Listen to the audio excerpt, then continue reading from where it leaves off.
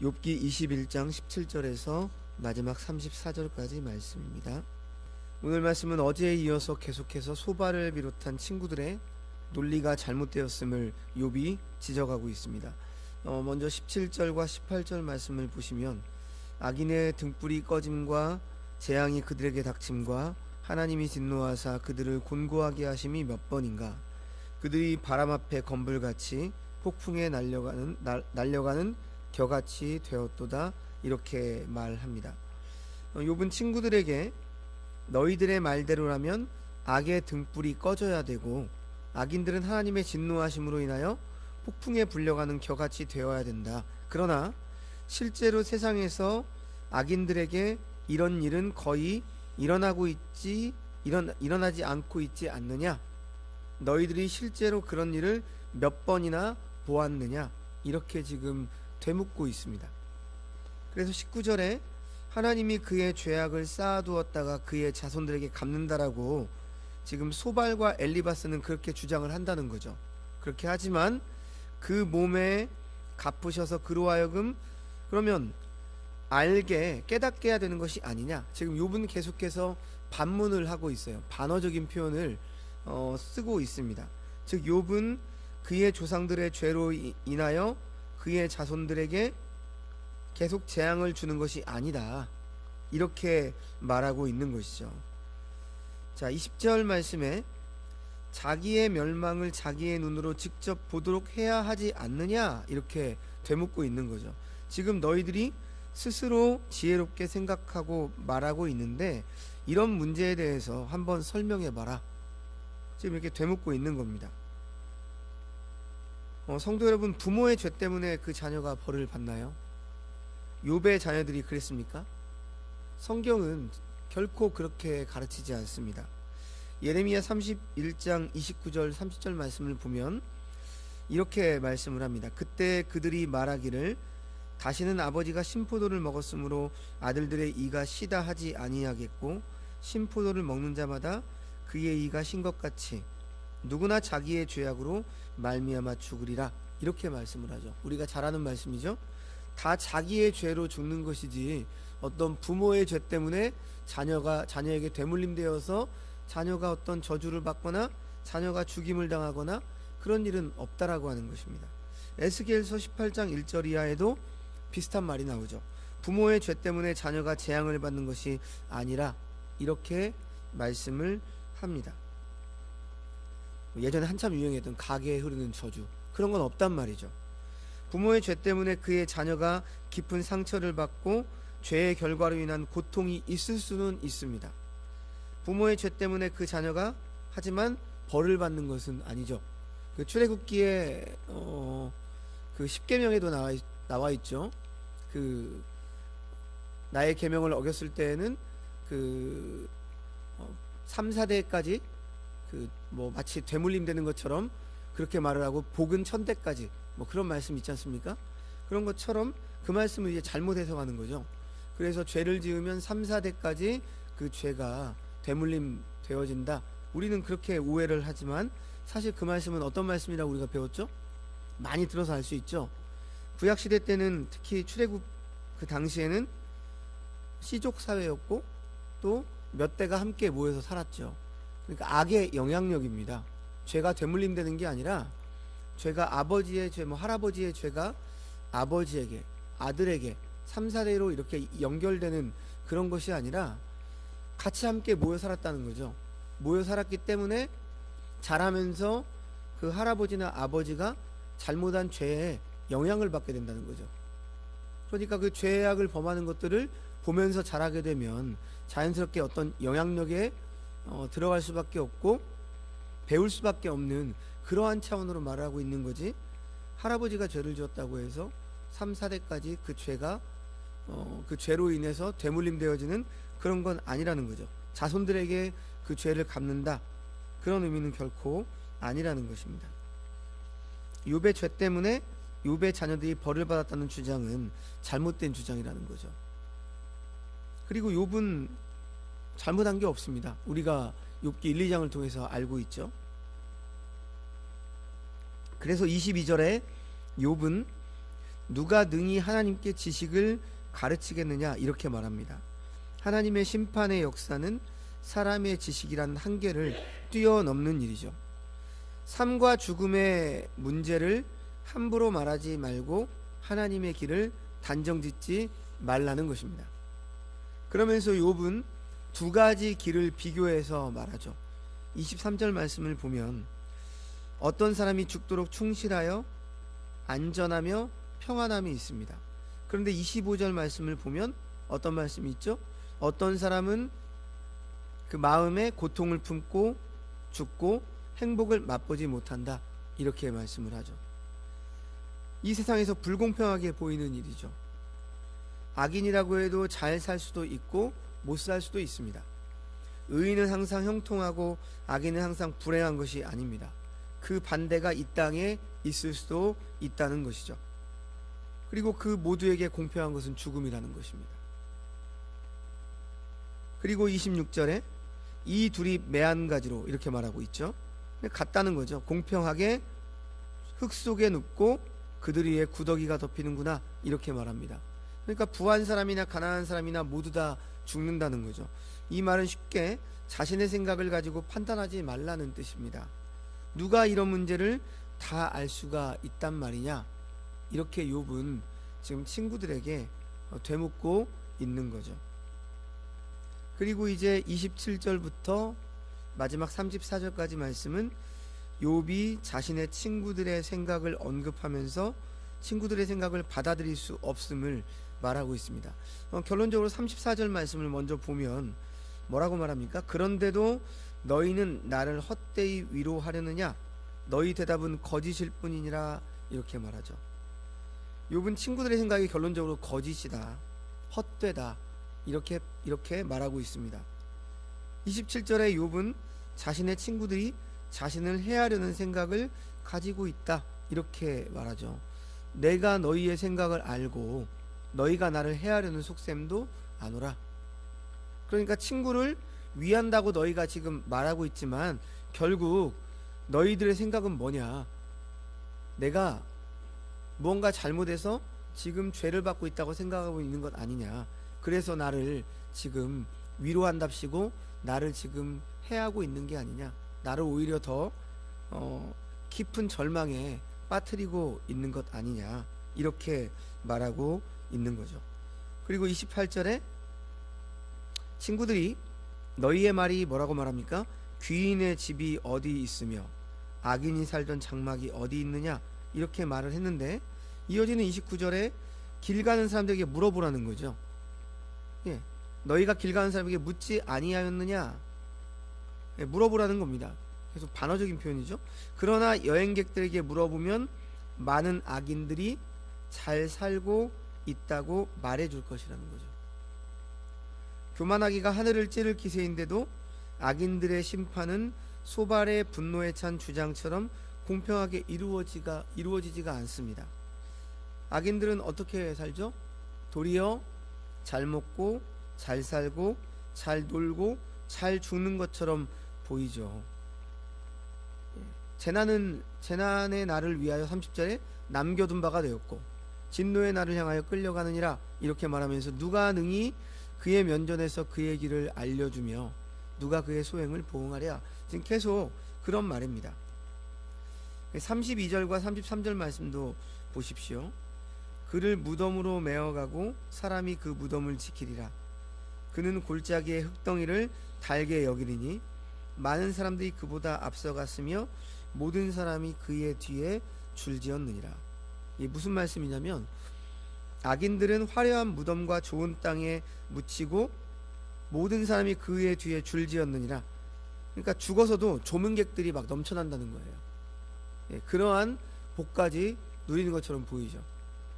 선하고 하나님의 뜻대로 산 사람은 이 땅 가운데 이 악인들과 다르게 정말 대접도 못 받고 어찌 보면 세상 사람들이 보기에 비참한 인생을 사는 것처럼 살다가 죽어서도 어떻게 돼요? 그의 빈소에는 사람도 없어요. 유명하지도 않고 재산도 없고. 그러니까 그런데 악인은 어떻다는 거죠? 죽어서도 조문객까지 넘치는 그러한 결말까지 누린다는 거죠. 이것을 어떻게 설명할 수 있겠느냐? 지금 욥은 그렇게 친구들에게 반문을 하고 있는 거죠. 너희가 자세히 좀 세상을 보면 그런 사람들이 많이 있지 않느냐. 너희가 생각하는 악인이라고 하는 사람들도 어떻게 산다는 거죠? 벌을 받는 게 아니라 우리 이 땅 가운데 잘 먹고 잘 산다는 거죠. 그런데도 너희는 나를 헛되이 위로하려느냐? 너희 대답은 거짓이다. 이렇게 욥은 지금 그들의 주장을 반박하고 있는 겁니다.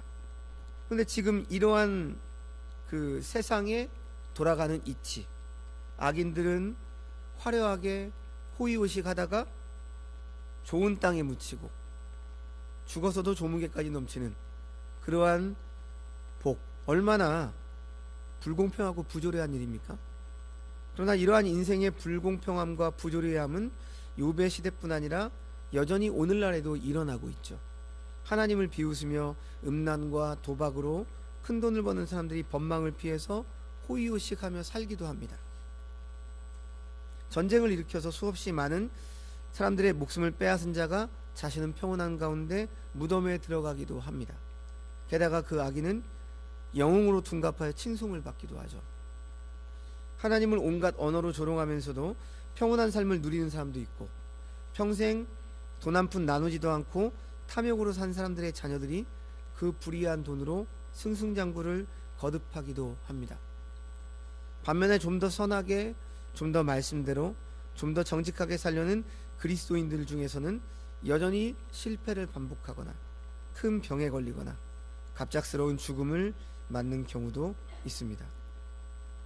얼마나 불공평하고 부조리한 인생입니까? 이렇게 보게 되어지면 이런 억울하고 불공평한 일을 당한 사람들은 욥이 어제 6절 말씀에서 한 탄식, 내가 기억하기만 하여도 불안하고 두려움이 내 몸을 잡는구나, 이 탄식에 공감할 것입니다. 생각만 해도 몸서리가 쳐진 욥이 하나님께 원망하고 조급해하는 것도 충분히 이해할 만한 것이죠. 성도 여러분, 불공평하고 부조리한 세상에서 이유를 알 수 없는 과도한 고통과 고난에 직면한 성도들은 그렇다면 과연 어떻게 욥의 인내를 배울 수 있겠습니까? 욥의 아내처럼 하나님을 저주하거나 탓하지 않으면서 하나님은 선한 분도 아니고 능력이 있는 분도 아니라는 시험에 빠지지 않을 수 있는 비결은 무엇이겠습니까? 시편 73편을 보면 거기서 말하는 시인도 욥과 유사한 상황에 빠져 있는 것을 우리가 볼 수 있습니다. 나중에 시간이 되실 때 시편 73편을 한번 보십시오. 시편 73편 2절과 3절에서 시인은 어떻게 고백하는지 아십니까? 나는 거의 넘어질 뻔하였고 나의 걸음이 미끄러질 뻔하였으니 이는 내가 악인의 형통함을 보고 오만한 자를 질투하였음이로다. 이렇게 고백을 합니다.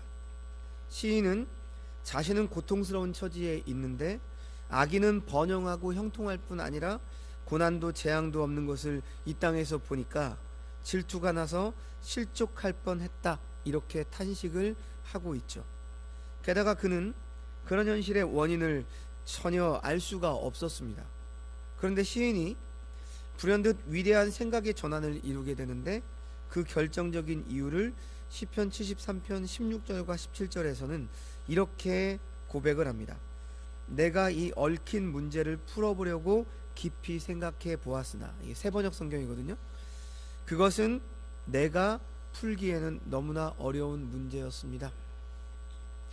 우리의 인생에 그 얽히고 설킨, 도저히 나에게 일어난 일이 왜 이런 일이 일어나고 이 땅 가운데 악인이라고 생각하는 사람들이 그렇게 사는 것을 보면서 이 문제에 대해서 깊이 풀어보려고 생각을 했는데 내가 풀기에는 너무나 어려운 문제였다.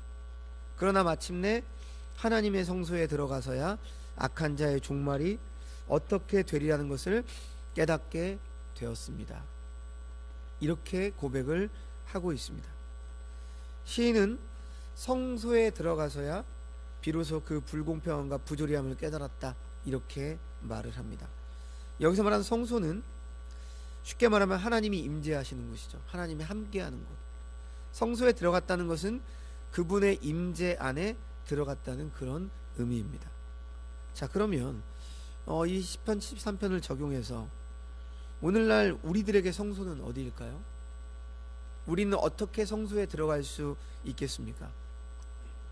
영원한 대제사장이자 동시에 영원한 희생 제물이었던 예수 그리스도께서 십자가에 달려 죽으셨음을 기념하고 의지하고 바라보는 곳이 성소입니다. 생각해 보십시오. 십자가만큼 부조리하고 골고다만큼 불공평한 곳이 어디 있습니까? 죄가 없으신 예수 그리스도께서 인류 역사상 가장 불의한 사법재판 때문에 사형을 선고받고 십자가를 지셨습니다. 제자들은 배반하고 빌라도는 눈치를 보고 제사장들은 자신들의 성전 사업에 손해를 끼친 예수님에 대한 질투로 눈이 멀고 바리새인들은 자신들의 교리와 다르다라고 모함을 하고 어리석은 백성은 광란의 군중으로 돌변했습니다. 악인이 집결하여 의인을 죽인 십자가, 이처럼 불공평하고 부조리한 사건이 어디에 있습니까? 우리 주님은 그러한 일을 당하셨어요. 성자 예수님은 나무에 매달리고 성부 하나님은 무력하게 슬퍼하며 침묵하신 십자가 현장, 이보다 더 불공평하고 부조리한 일이 어디에 있단 말입니까? 사랑하는 성도 여러분, 악인의 형통함을 보고 시험에 들었거나 이해할 수 없는 고난으로 하나님이 원망스럽다면 세상에서 가장 불공평했던 십자가의 예수 그리스도를 생각하시기 바랍니다. 우리 주님만큼 억울한 분이 어디 계십니까? 십자가에서 죽으시고 부활하신 예수 그리스도를 생각하고 그 십자가의 부활을 피난처 삼아 하나님께 더욱더 가까이 다가가십시오. 오늘 이 새벽이 바로 그런 시간이죠. 말씀을 통해서 이 땅을 살아가면서 힘들고 지치고 위로받길 원하고, 또 나에게 일어난 고난, 아직도 풀리지 않는 수수께끼 같은 나에게 있는 고난과 어려움, 여전히 내 마음은 쉽게 치유되지 않고 마음속에 언제나 정말 응어리진 그러한 한과 같이 맺혀있는 슬픔, 그런 모든 것들을 가지고 주님께 더욱더 가까이 가는 것이죠. 그 성소에서 그분께 억울함을 토로하고 마음을 쏟아내면 그분의 임재 안에서 의인의 고난과 악인의 형통함이 비로소 깨달아지게 될 것입니다. 그리고 마침내 그분의 임재 안에서 모든 어그러진 것들이 바로잡히게 될 날이 올 줄 믿으셔야 합니다. 믿음은 그런 것입니다. 어떤 이론과 또 우리의 이성을 납득시키는 게 믿음이 아닙니다. 초월적이죠. 믿음은 초월적입니다. 물론 이성도 필요하고 감성도 필요하고 여러 가지의 우리 인간에게 주신 그러한 오감이라고 해야 될까요? 그런 것들도 필요하겠죠. 하지만 믿음은 초월적인 거예요. 하나님이 주시는 은혜이기 때문에 어떤 사람은 이해를 못하죠. 왜 우리가 이렇게 사는지, 왜 욥이 지금 이렇게 새 친구들의 어떤 공격에도 지지 않고 지금 자신을 그렇게 변호하고 그들의 잘못을 얘기하고 있는지 우리는 납득을 못할 수도 있습니다. 하지만 믿음이란 그런 것입니다. 하나님께서 주신 믿음은 모든 것들이 납득되게 하고 받아들이게 됩니다. 우리의 인생이 내가 잘못 살았기 때문에 응당 받아들이는 그런 것이 아니라, 그러지 않아도 하나님의,